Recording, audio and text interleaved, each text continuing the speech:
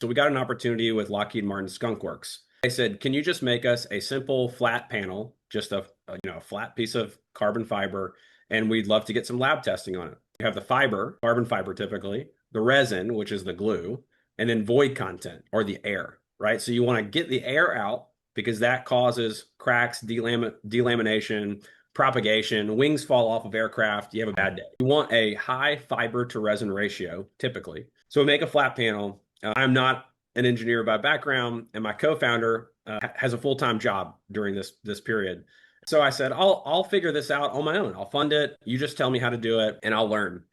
I borrowed, begged, and pleaded my way into a local facility that happened to have a very unique autoclave. Just to back up 2 seconds, we use an autoclave, which is a pressurized oven.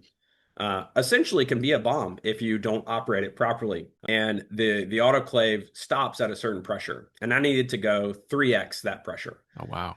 And I've spent, a month of time trying to get this fiber and resin and the tooling. And I cut the fiber, mixed the resin, prepped everything myself. And I'm like, I'm pretty risk tolerant. Watched YouTube for 3 hours trying to learn how to program an autoclave, like right into the software. And I even checked, I emailed the program to an autoclave company and I said, hey, if I put this in, is this going to work? How did you do this? And I was like, I watched your YouTube channel.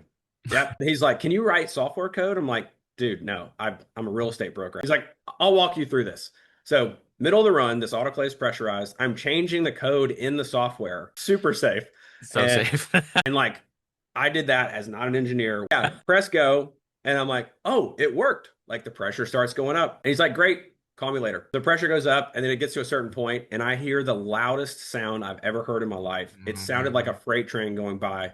I thought the autoclave was blowing up. Fortunately, it didn't. It has a thing called a pressure release valve, right? So if it goes to a certain pressure, the valve pops and out comes a lot of noise. It's ear piercing. So fast forward, get through some of the iterations, fix all the bugs. We end up making a flat panel, and we did some lab testing, and we were less than 0.25% void content. So for aerospace terms, typically 2% is a good mark for void, and we were less than 0.25%. So almost no void. We were within 2% of the theoretical limit for that material set. And so the high water mark was 85%, and we were sitting at 98. So it was like, how in the world did you do this? Uh-huh. And I was like, I think we have something now.